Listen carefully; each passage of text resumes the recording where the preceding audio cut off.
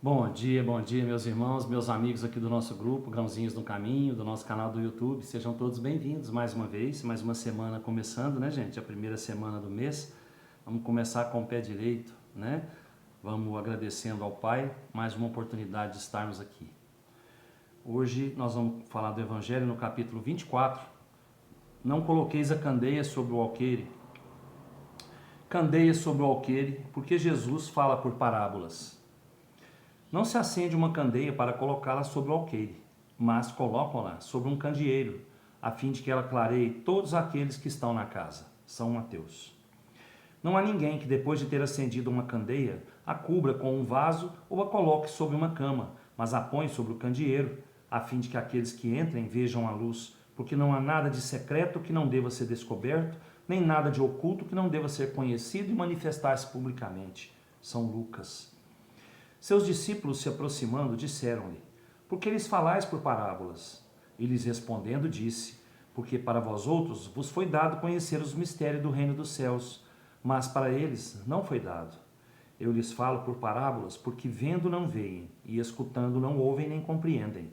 E a profecia de Isaías se cumprirá neles quando disse: vós escutareis com vossos ouvidos e não ouvireis, olhareis com os vossos olhos e não vereis, porque o coração desse povo está entorpecido, e seus ouvidos tornaram-se surdos.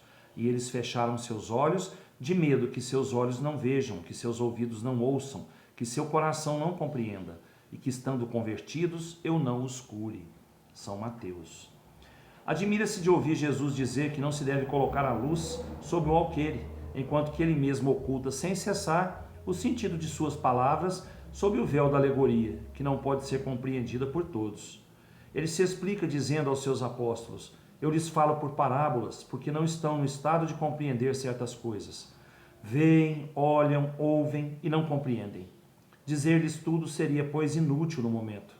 Mas a vós eu vos digo, porque vos é dado compreender esses mistérios. Tratava, pois, com o povo como se faz com as crianças, cujas ideias não estão ainda desenvolvidas. Com isso, indica o verdadeiro sentido da máxima: não se deve colocar a candeia sobre o alqueire, mas sobre o candeeiro, a fim de que todos aqueles que entrem possam vê-la. Não significa que é preciso inconsideravelmente revelar todas as coisas. Todo ensinamento deve ser proporcional à inteligência daquele a quem é dirigido, porque há pessoas a quem uma luz muito viva ofusca sem esclarecê-las. Ocorre o mesmo com os homens em geral, como com os indivíduos. As gerações têm sua infância, sua juventude e sua idade madura. Cada coisa deve vir a seu tempo. E o grão semeado fora da época não frutifica. Mas o que a prudência manda ocultar momentaneamente deve cedo ou tarde ser descoberto, porque chegados a um certo grau de desenvolvimento, os homens procuram eles mesmos a luz viva. A obscuridade lhes pesa. Tendo Deus lhes dado a inteligência para compreender e para se guiar nas coisas da terra e do céu, querem raciocinar sua fé, e é então que não se deve colocar a candeia sobre o alqueire, porque sem a luz da razão a fé se enfraquece. Gente, nós já falamos aqui, né? Várias vezes. Tudo tem um tempo para acontecer. Né? Tudo tem um tempo determinado para acontecer. E com a humanidade é assim também, e foi assim também, né? Quando Jesus esteve aqui na terra... Não, vamos falar dos profetas, né? Os profetas anteriormente a Jesus. Todos eles falaram muito, né? Falaram sobre o reino dos céus, falaram muito. Mas o que acontecia? O povo era muito ignorante. A capacidade de entendimento deles era muito pequena. Jesus veio trazendo uma lei nova, a lei de amor. Mas para aquele povo aceitar a lei de amor, ele tinha que falar sob uma forma alegórica. Né? Ele tinha que dar exemplos, né, de alegoria, usar histórias para contar, né, para falar aquilo que ele queria falar, para ver se aquilo amadurecia uma sementinha lá dentro de cada um. Né? O povo era muito simples, era muito ignorante naquela época para aceitar uma lei que viesse a derrubar a lei mosaica, a lei de Moisés. Não é? Então o que Jesus fez? Ele falava por parábolas, né, contando as suas histórias, falava por alegorias, dando exemplos que o povo tinha capacidade de entender. Né? Mas tudo tem o seu tempo para acontecer, né?